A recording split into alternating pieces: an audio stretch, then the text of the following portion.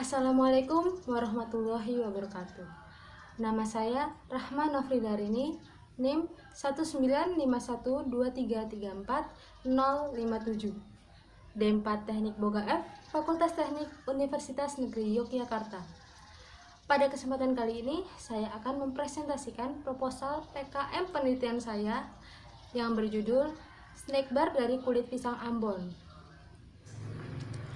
Proposal Program Kreativitas Mahasiswa Bidang Penelitian Snack Bar dari Kulit Pisang Ambon yang disusun oleh Rahma Nofridarini, NIM 19512334057 sebagai tugas Bahasa Indonesia D4 Teknik Boga F, Fakultas Teknik Universitas Negeri Yogyakarta.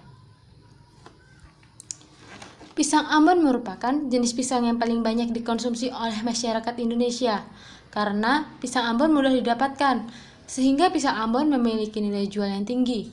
Selain itu, pisang Ambon juga memiliki kandungan gizi yang baik. Ketika mengkonsumsi buah pisang Ambon, pada bagian kulit buah pisang Ambon hanya terbuang begitu saja dan belum termanfaatkan dengan baik. Padahal, pada kulit pisang Ambon juga dapat dikonsumsi dengan diolah menjadi olahan pangan. Salah satunya snack bar dari kulit pisang Ambon.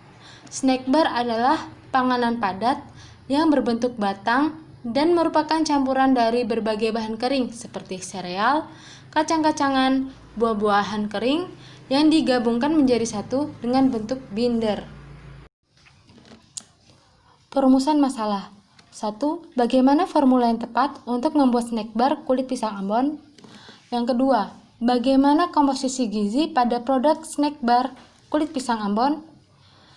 Yang ketiga, bagaimana tingkat kesukaan konsumen terhadap snack bar kulit pisang Ambon? Tujuan masalah. Penelitian ini bertujuan agar dapat menemukan formula yang tepat untuk menciptakan inovasi produk makanan dari limbah kulit pisang Ambon dan memiliki nilai gizi yang baik. Mengetahui apa saja komposisi gizi yang terkandung dalam produk snack bar kulit pisang Ambon dan mengetahui potensi produk snack bar dari kulit pisang Ambon serta dapat mengetahui tingkat kesukaan konsumen dari produk snack bar kulit pisang Ambon.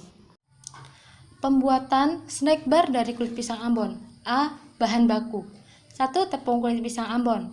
Kulit pisang adalah bagian luar untuk melindungi bagian dalam buah pisang. Kulit pisang juga bisa digunakan untuk melihat tingkat kematangan buah. Kulit pisang Ambon memiliki kandungan vitamin C, B, kalsium, protein, fosfor, dan juga lemak yang cukup. Maka dari itu, kulit pisang Ambon dapat diolah menjadi olahan produk pangan, salah satunya snack bar kulit pisang Ambon.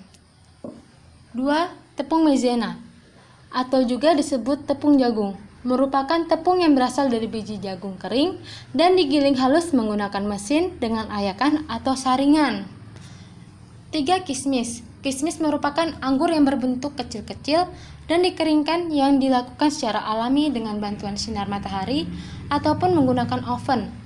Proses pengeringan dilakukan sedemikian hingga sampai kadar air dan gula dalam anggur berkurang. 4. Susu bubuk berlemak atau dikenal dengan susu bubuk full cream adalah susu bubuk yang diperoleh dari susu cair atau susu hasil pencampuran susu cair dengan susu kental atau krim bubuk. 5. Telur. Telur sebagai bahan pangan merupakan salah satu sumber protein hewani yang memiliki cita rasa yang lezat dan bergizi tinggi. Telur ayam memiliki beberapa kandungan gizi, yaitu 162 kalori energi, 12,80 gram protein, 11,50 gram lemak, 0,70 gram karbohidrat, 54 mg kalsium, 180 mg fosfor, 3 mg zat besi, dan 0,10 mg vitamin B. Dan yang keenam, ada minyak goreng. Minyak goreng adalah minyak yang berasal dari lemak tumbuhan atau hewan yang dimurnikan dan berbentuk cair dalam suhu kamar dan biasanya digunakan untuk menggoreng bahan makanan. Kandungan utama minyak goreng secara umum adalah asam lemak yang terdiri dari asam lemak jenuh dan asam lemak tak jenuh. Misalnya asam oleat dan asam linoleat.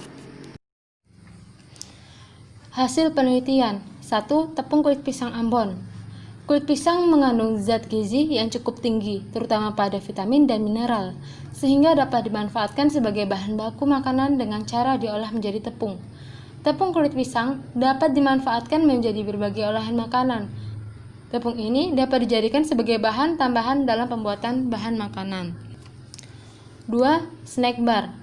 Kebanyakan snack bar saat ini digunakan sebagai bahan pangan fungsional. Pasar pangan fungsional meningkat sebesar 8% sampai 14%. Kerangka berpikir. Tepung kulit pisang Ambon memiliki kelebihan. 1. Memiliki kandungan pati yang cukup tinggi. 2. Mudah didapatkan. 3. Mengandung vitamin A yang tinggi. Di samping itu, tepung kulit pisang Ambon juga memiliki kekurangan, yaitu warnanya sedikit kecoklatan. Snack bar memiliki kelebihan, bentuknya praktis sehingga mudah dibawa kemana-mana.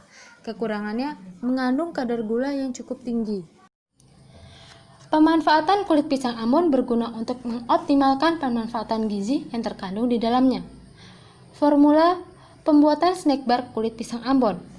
Ada 10 gram tepung maizena, 10 gram tepung sorghum, 5 gram tepung kulit pisang Ambon, 14 gram kismis, 4 gram susu bubuk full cream, 5 gram kuning telur, dan 3 gram minyak goreng.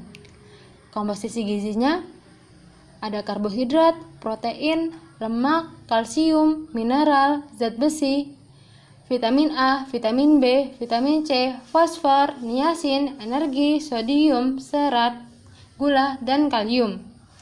Untuk tingkat penerimaannya, semua kalangan usia. Pembuatan snack bar kulit pisang Ambon untuk menciptakan cemilan pengganjal lapar yang sehat dan bergizi. Tempat dan waktu penelitian. Penelitian dilakukan di Laboratorium Boga, Universitas Negeri Yogyakarta, Jalan Mandung, Serut, Pengasih, Wates, Kabupaten Kulon Progo, Daerah Istimewa Yogyakarta pada bulan Maret sampai dengan selesai. Bahan dan alat penelitian.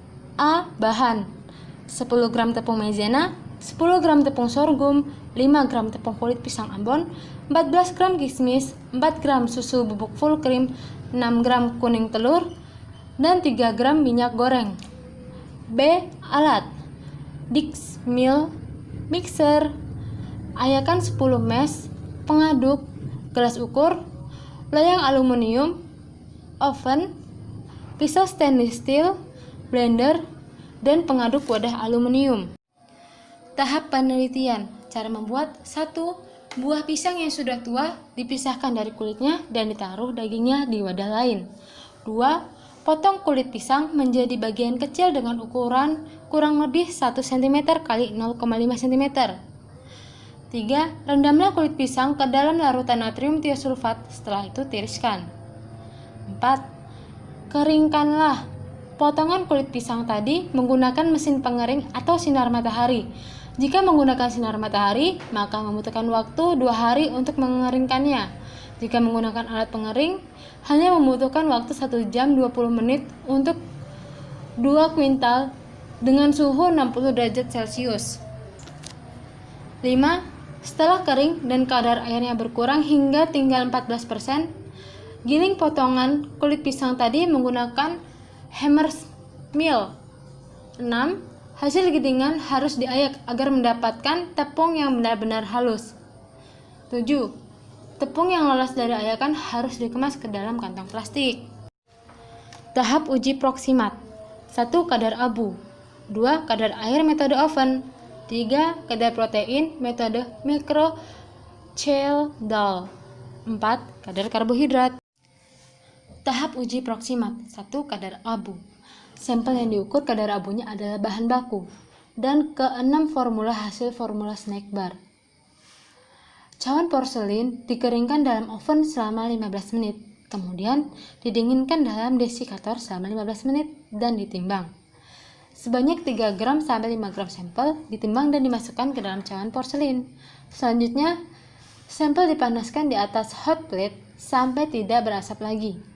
Kemudian dilakukan pengabuan di dalam tanur listrik pada suhu 400 derajat Celcius sampai dengan 600 derajat Celcius selama 4-6 jam atau sampai terbentuk abu berwarna putih. Sampel kemudian didinginkan dalam desikator, selanjutnya ditimbang. Tahap uji proksimat, 2 kadar air metode oven. Sampelnya adalah bahan baku. Diukur kadar airnya. Cawan aluminium dikeringkan dalam oven selama 15 menit. Didinginkan dalam desikator selama 15 menit. Kemudian ditimbang. Sejumlah sampel sekitar 5 gram. Dimasukkan ke dalam cawan yang telah diketahui beratnya. Cawan beserta isi dikeringkan di dalam oven bersuhu 100 derajat Celcius. Didinginkan dalam desikator dan ditimbang. Pengeringan dilakukan sampai diperoleh bobot konstan. Tahap uji proksimat, 3 kadar protein metode microchelda. Sampel yang diukur kadar proteinnya adalah bahan baku. Sejumlah kecil sampel sekitar 0,1 gram ditimbang dan diletakkan ke dalam labu Cheldol. Kemudian ditambahkan 1 gram K2SO4, 40 mg HgO, dan 2 ml H2SO4. Jika bobot sampel lebih dari 15 mg, ditambahkan 0,1 ml H2SO4 untuk setiap 10 mg bahan organik di atas 15 ml. Sampel dididihkan sampai cairan menjadi jernih, larutan, kemudian dimasukkan ke dalam alat destilasi, dibilas dengan Aquades, dan ditambahkan 8 ml larutan NaOH strip Na2S2O3. Gas NH3 yang dihasilkan dari reaksi dalam alat destilasi ditangkap oleh 5 ml H3BO3 dalam Erlenmeyer yang telah ditambahkan 3 tetes indikator, campuran 2 bagian merah metil 0,2% dalam alkohol, dan 1 bagian methylene blue 0,2% dalam alkohol. Ujung tabung kondensor harus terendam di bawah larutan H3BO3. Kondensat tersebut kemudian ditiriskan dengan HCl 0,02N yang sudah distandardisasi hingga terjadi perubahan warna kondensat menjadi abu-abu. Penetapan blanko dilakukan dengan menggunakan metode yang sama seperti penetapan sampel. Tahap uji proksimat, 4 kadar karbohidrat. Kadar karbohidrat bahan baku diukur secara B-difference. Baik, sekian video presentasi tentang PKM penelitian dari saya. Apabila ada kesalahan, saya mohon maaf. Wabillahi taufiq wal hidayah. Wassalamualaikum warahmatullahi wabarakatuh.